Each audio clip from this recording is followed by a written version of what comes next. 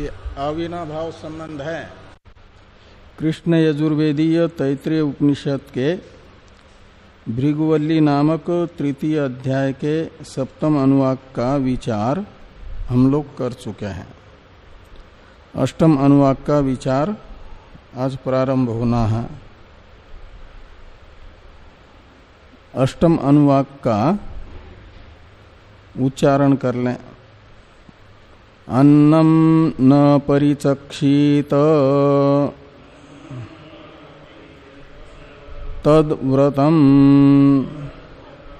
आपो वा अन्नम ज्योतिरन्नादम अप्सु ज्योतिः प्रतिष्ठितम् ज्योतिष्यापः प्रतिष्ठिता तद एतद अन्नम अन्ने प्रतिष्ठितम् स य एतद अन्नम अन्ने प्रतिष्ठितम् वेद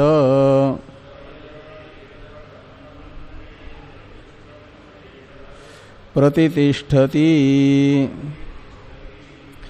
अन्नवान अन्नादो भवति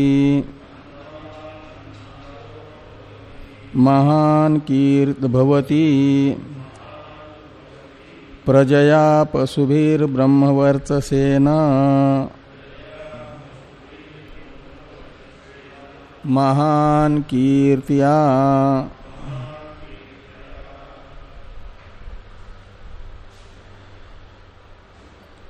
तो पहले शरीर और प्राण का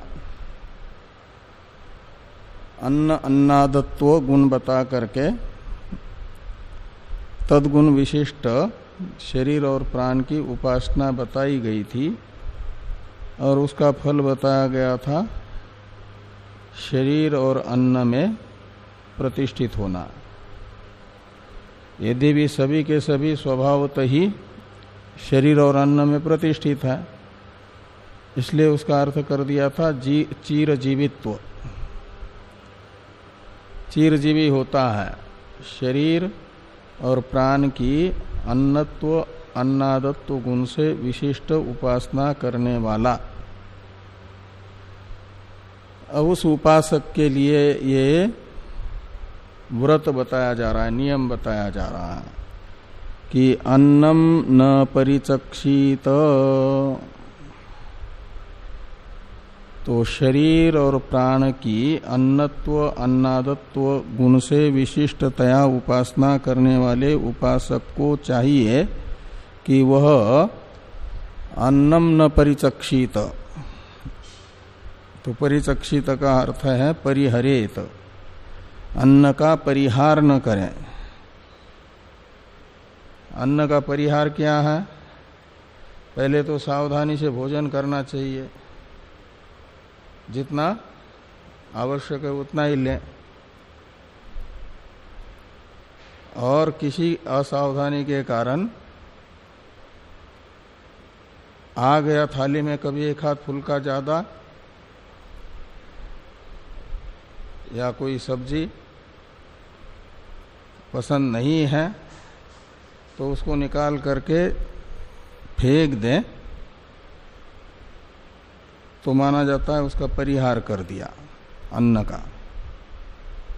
तो इस प्रकार का अन्न का परिहार न करे, अन्न को वेस्ट न जाने दे। तो अन्नम न परिचक्षित का अर्थ होगा अन्न का फजूल खर्च न करें। तद्व्रतम यानी यह अन्न अन्नादत्व गुण से विशिष्टतया उपासना करने वाले उपासक के लिए नियम है। तद्व्रतम, और पहले जो एक नियम बताया था वो तो है ही है, अन्नम न निंद्यात। तो ये दोनों का वो पालन कर लें।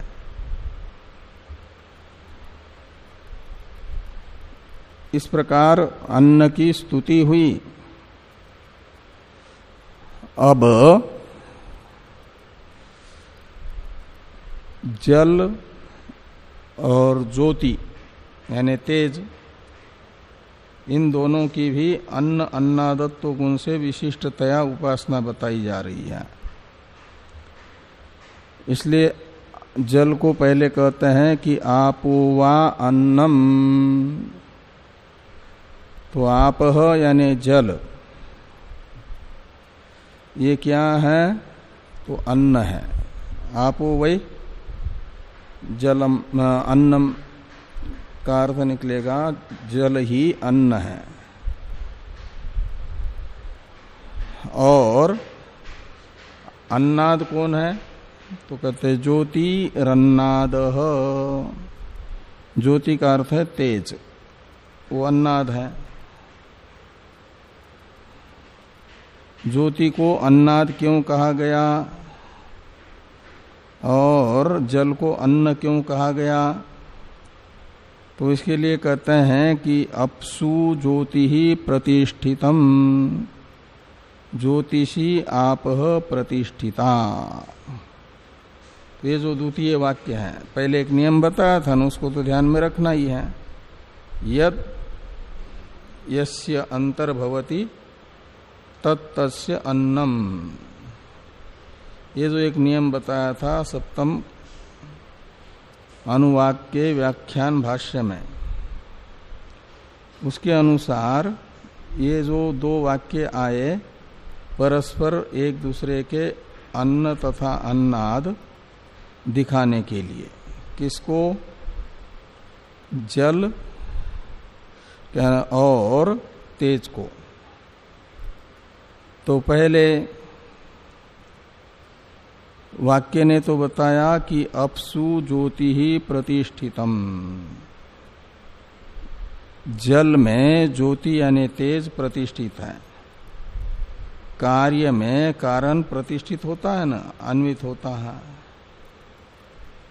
इसलिए क्या होगा? कार्य में कारण का अनुप्रवेश होने से माना जाएगा कारणभूत ज्योति जल में प्रतिष्ठित होने से वो अन्न है। जो प्रतिष्ठित है उसे अन्न कहा जाता है, जिसमें प्रतिष्ठित है उसको अन्नाद कहा जाता है। तो अन्नाद है जल और अन्न है आपका ज्योति, पहले वाक्य के अनुसार। और ज्योतिषी आपह प्रतिष्ठिता, तो ज्योति है तेज और उसका कार्य कारण में प्रतिष्ठित होता है ना। तो इसलिए कारण रूप ज्योति में जल रूपी कार्य प्रतिष्ठित है। प्रतिष्ठित होने से अन्न माना जाएगा, और जिसमें प्रतिष्ठित है आश्रय है जो, वो अन्नाद कहलाएगा। तो इस प्रकार ज्योति भी अन्नाद है, यानी एक दूसरे की अपेक्षा से एक दूसरे में अन्नत्व भी है अन्नादत्व भी है। तो इस प्रकार कहते हैं तद एतद अन्नम अन्ये प्रतिष्ठितम। तो ये जो जल तथा ज्योति रूप अन्न है, यह अन्ये प्रतिष्ठितम। तो जल रूप अन्न ज्योति रूप अन्न में प्रतिष्ठित है, ज्योति रूप अन्न जल रूप अन्न में प्रतिष्ठित है।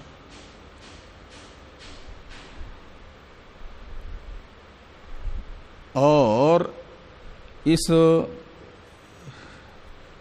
जल तथा ज्योति के अन्नत्व अन्नादत्व गुण से विशिष्ट उपासना का फल बताया जा रहा है कि स य एतद अन्नम अन्ये प्रतिष्ठितम वेद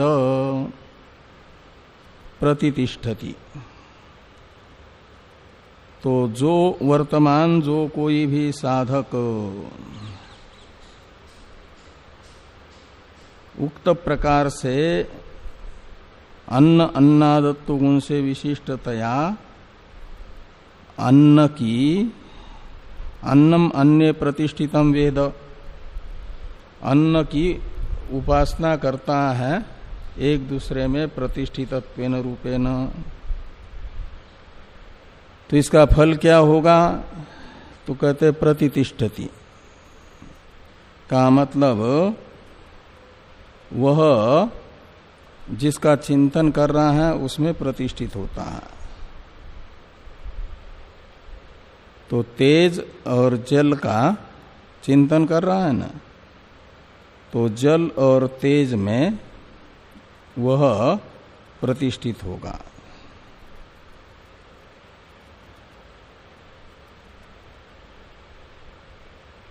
आगे हैं अन्नवान अन्नादो भवति, केवल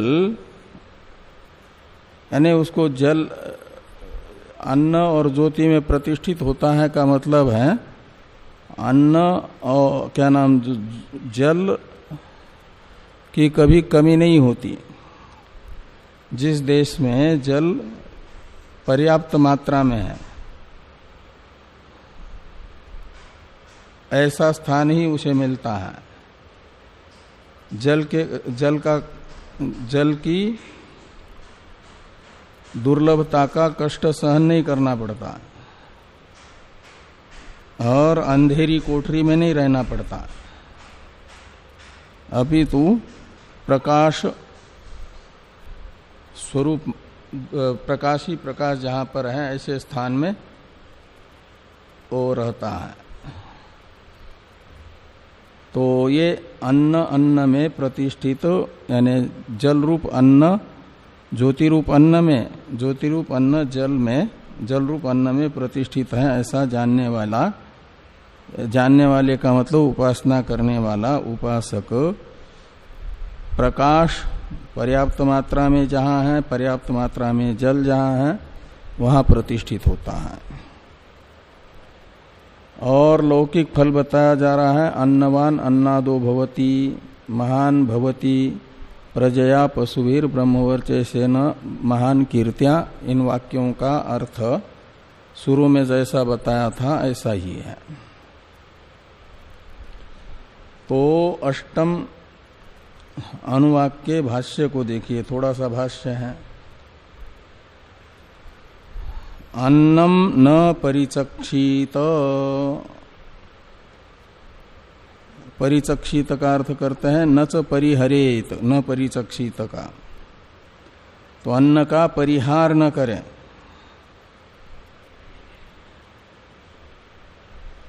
नच में चकार मूल में तो नहीं है ना, न परिहरेत ऐसा ही है, बिना चकार का पाठ है ना, भाष्य में च का प्रयोग कर रहे हैं। उसका प्रयोजन बताते हैं टीकाकार 2 नंबर टिप्पणी में। न च परिहरेत का तो न निंद्यात इति पूर्व विहित व्रत समुच्चयार्थस चकार। तो पहले जो एक नियम बताया था अन्न की निंदा न करें, उसका समुच्चायक न च परिहरेत में चकार है।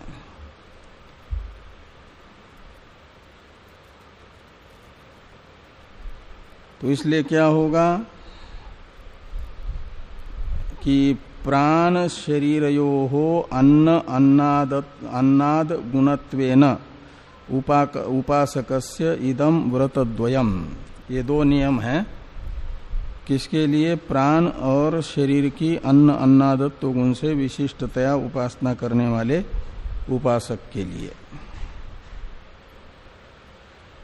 आगे भाष्य में है तद व्रतम पूर्ववत स्तुत्यर्थम। तो ये जो है अन्नम न परिचक्षित तद्व्रतम, यह वाक्य अन्न की स्तुति करने के लिए है।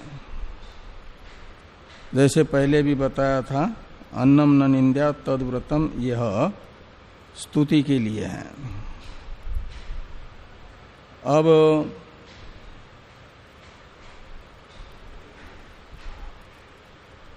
इसी कैसे स्तुति के लिए इसको स्पष्ट करते हुए कहते हैं भाष्यकार भगवान कि तदेवं शुभाशुभ कल्पनया अपरिगृह्यमानं स्तुतं महीकृतम अन्नम स्यात्। तो ये कहते हैं तो शुभ तद एवं, तो इस प्रकार ये पूर्व वाक्य से अन्नम न परिचक्षित तद्व्रतम, इस वाक्य से अन्न स्तुत होता है। तद एवं अन्नम स्तुतम यानी महीकृतम स्यात्, ऐसा अन्वय करना। तो कैसे अन्न की स्तुति हो गई? तो कहते इस प्रकार की शुभाशुभ कल्पनया अपरिगृह्यमानम, ऐसा ही पाठ है ना। अवग्रह का चिन्ह प के पहले है। तो शुभाशुभ जो कल्पना, अन्न के शुभ विषय कल्पना अशुभ विषय कल्पना का मतलब प्रिय अन्न अप्रिय अन्न की कल्पना से अपरिगृह्यमान, यानी ये अच्छा है और यह खराब है, इस प्रकार की कल्पना किए बिना जो गृहीत है, जिसका ग्रहण किया जा रहा है, उस अन्न को कहा जाएगा स्तुतम अन्नम। बस एक क्षुधा नाम की व्याधि है, उसके परिहार की औषधि अन्न है। वो औषधि कड़वी हो तब भी और स्वादिष्ट हो तब भी उसकी निंदा नहीं करते हैं ना, उसको ले लेते हैं। ऐसे ही अन्न के प्रियत्व अप्रियत्व की कल्पना से अन्न का अपरिग्रहण किया जा रहा है। क्षुधा व्याधि की निवृत्ति की औषधि समझ करके। 3 नंबर टिप्पणी में टिप्पणीकार कहते हैं कि थोड़ा पाठ में संशोधन इस प्रकार हो तो अच्छा है। ये जो अवग्रह का चिन्ह अपरिगृह्यमानम के पास है ना, उसे शुभाशुभ भा को दीर्घ कर दीजिए और अवग्रह का चिन्ह लगा दीजिए। शुभा शुभा कल्पनया परिगृह्यमानम, ऐसा करिए। तो ये साधियान पाठ है, ऐसा 3 नंबर में लिखते हैं टीका टिप्पणीकार कि अत्र शुभाशुभ अकल्पनया परिगृह्यमानम इति इत्येव साधियान पाठ। साधियान का मतलब हाँ?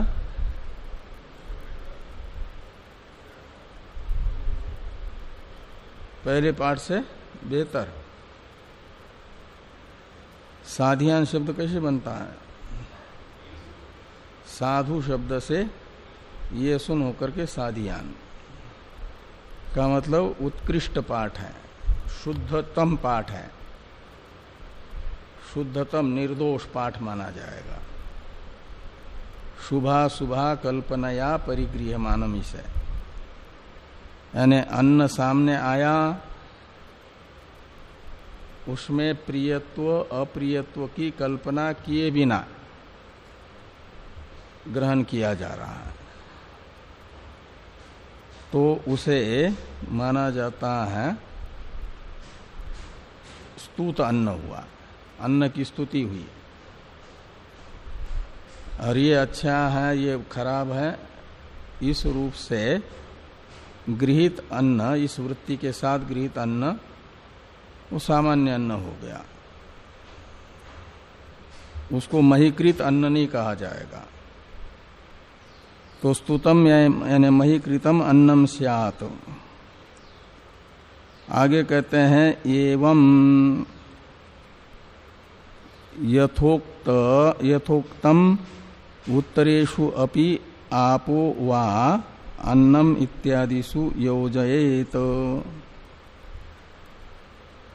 तो इसी प्रकार से आपो वा अन्नम इत्यादि में नियम बताने वाला जो वाक्य आएगा, अन्नम बहुकुर्वीत इत्यादि, वो भी स्तुति के लिए है। तो वहां पर भी स्तुति, अन्न की महिकृतता क्या होगी, स्तुति क्या होगी? शुभाशुभ कल्पना के बिना परिगृहित गृहमानत्व, ये अन्न का महत्व है। उसमें भेद नहीं करना है, ये अच्छा है ये बुरा है।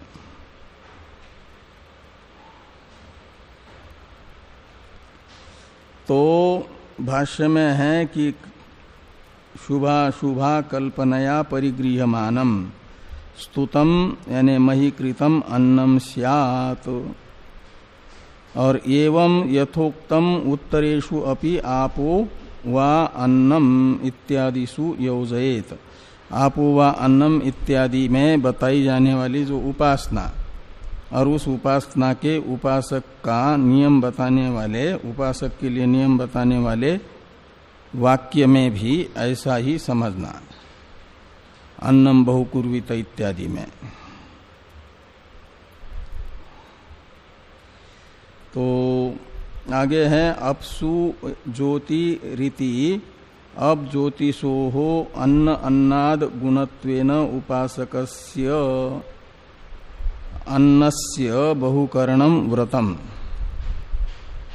ये जो अन्नम बहुकुर्वीत नवम वाक्य अनुवाक्य के प्रारंभ में आ रहा है ना, वह जल तथा ज्योति की अन्नत्व अन्नादत्व गुण से विशिष्टतया उपासना करने वाले उपासक के लिए नियम बताता है वाक्य।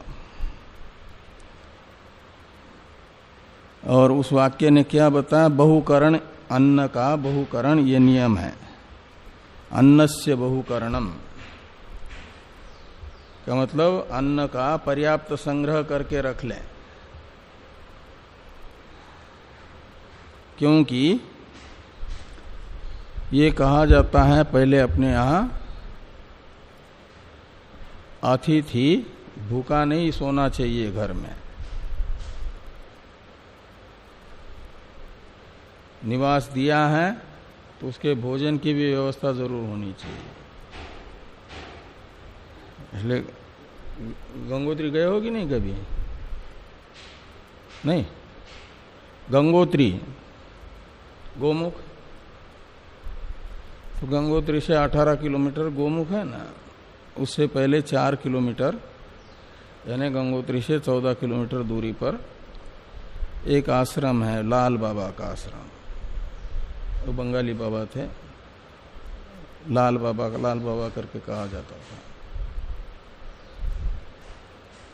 एक तो सरकारी गेस्ट हाउस है वहां पर आगे आसपास,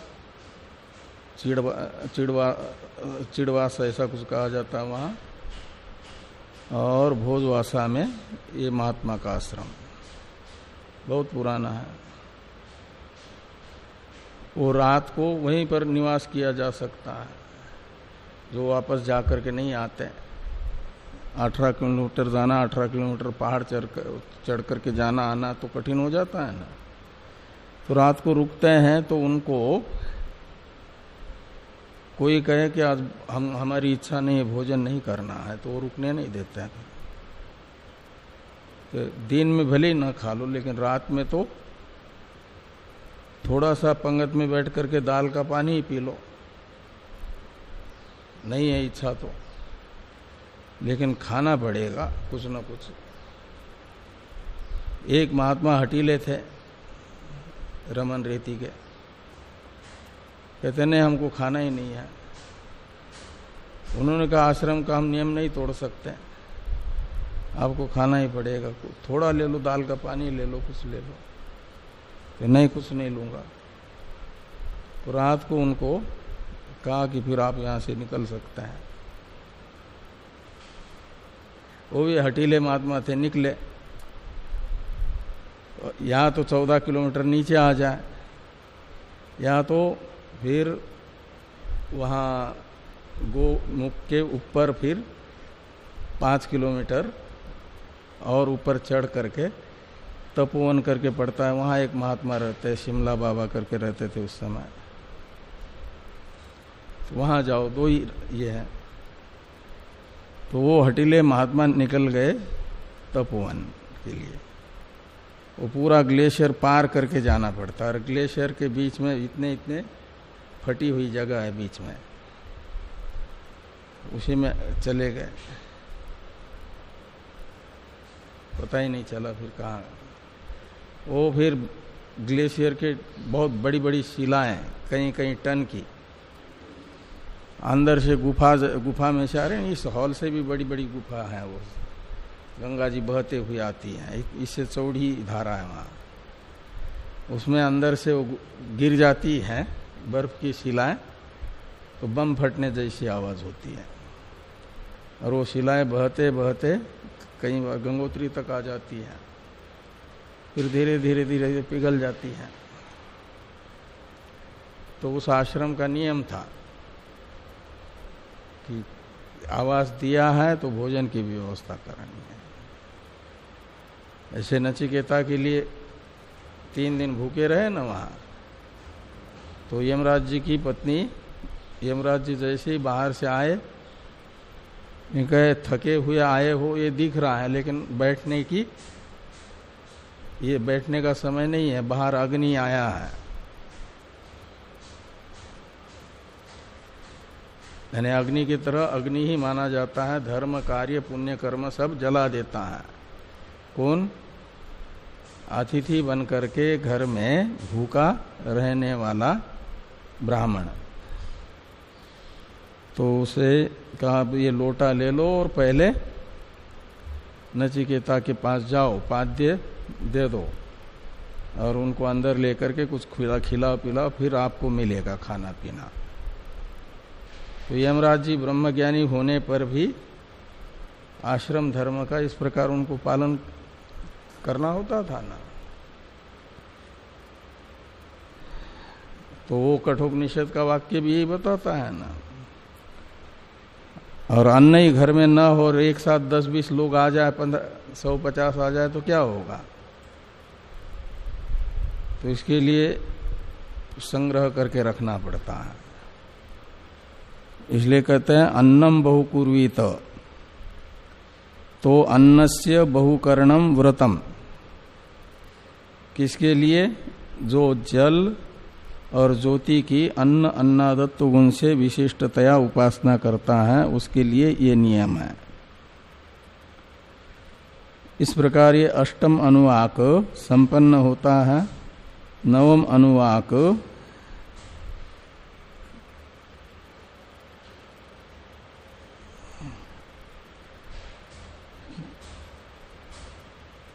का भाष्य लंबा है,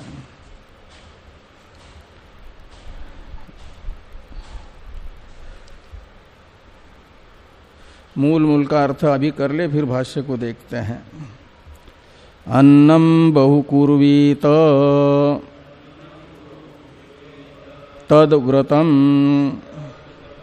पृथ्वी वा अन्नम आकाशो अन्नाद पृथिव्याम आकाशः प्रतिष्ठित आकाशे पृथ्वी प्रतिष्ठिता तद एतद अन्नम अन्ने प्रतिष्ठितम् स य एतद अन्नम अन्ने प्रतिष्ठितम् वेद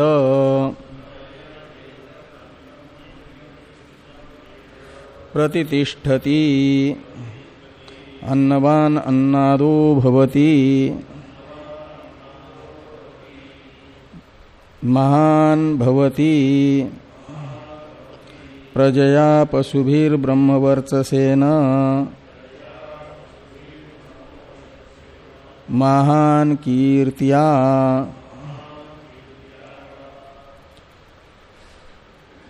तो अन्नम बहुकुर्वीत,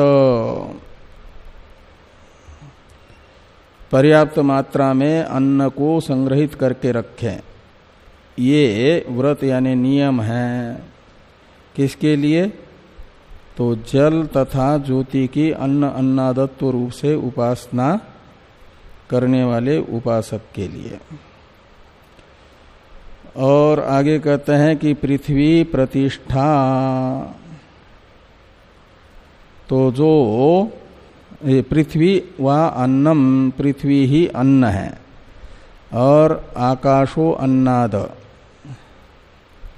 तो पृथ्व्याम आकाश प्रतिष्ठित, तो पृथ्वी में आकाश प्रतिष्ठित होने से अन्न कहलाएगा, और पृथ्वी अन्नाद भी कहलाएगी। और आकाशे पृथ्वी प्रतिष्ठिता, इस वाक्य ने ये बताया कि आकाश में प्रतिष्ठित पृथ्वी होने से पृथ्वी अन्न है, आकाश अन्नाद है। और तदेतद अन्नम अन्ये प्रतिष्ठितम, तो इस प्रकार ये पृथ्वी रूपी अन्न आकाश रूप अन्न में प्रतिष्ठित है, आकाश रूप अन्न पृथ्वी रूपी अन्न में प्रतिष्ठित है। और स य एतद अन्नम अन्ये प्रतिष्ठितम वेद प्रतिष्ठति, और जो कोई भी अन्न में पृथ्वी रूपी अन्न को आकाश रूपी अन्न में प्रतिष्ठित रूप से और आकाश रूप अन्न को जल में प्रतिष्ठित रूप से जानता है, यानी चिंतन करता है, वह प्रतिष्ठति, तो प्रतिष्ठित होता है। का मतलब स्वयं तो प्रतिष्ठित होता ही है, दूसरों को भी आश्रय देने में समर्थ होता है। उसके पास सबकी आश्रयभूता पर्याप्त मात्रा में भूमि रहती है और अवकाश भी रहता है। अन्नवान अन्नादो भवति, और अन्नवान हो जाता है का मतलब पर्याप्त उसके पास अन्न होता है, और प्रदीप्त अग्नि होता है, प्रजा पशु और ब्रह्मवर्चस से संसार में महान होता है, और उसका सुयश भी होता है। इस प्रकार ये नवम अनुवाक का भी विचार संपन्न हो जाता है। तो इति कृष्ण यजुर्वेदीय तैत्रीय उपनिषदि तृतीय भृगुवल्याध्याये अष्टमो अनुवाकः। इति कृष्ण यजुर्वेदीय तैत्रीय उपनिषदि तृतीय भृगुवल्याध्याये नवमो अनुवाकः। इति श्रीमत परमहंस परिव्राजकाचार्य गोविंद भगवत पूज्य पाद शिष्य श्रीमत् शंकर भगवतः कृतौ तैत्रीय उपनिषदि तृतीय भृगुवल्याध्याये अष्टमो अनुवाकः। इति श्रीमत् परमहंस परिव्राजकाचार्य श्रीमत् शुद्धानंद पूज्य पाद शिष्यानंद ज्ञान विरचितायाम एक पद है। ये कहाँ से? श्रीमत् परमहंस से लेकर के विरचितायाम यहाँ तक। तैत्रीय उपनिषद शांकर भाष्य टीकायाम तृतीय भृगुवल्याध्याये अष्टमो अनुवाकः। ओम शन्नो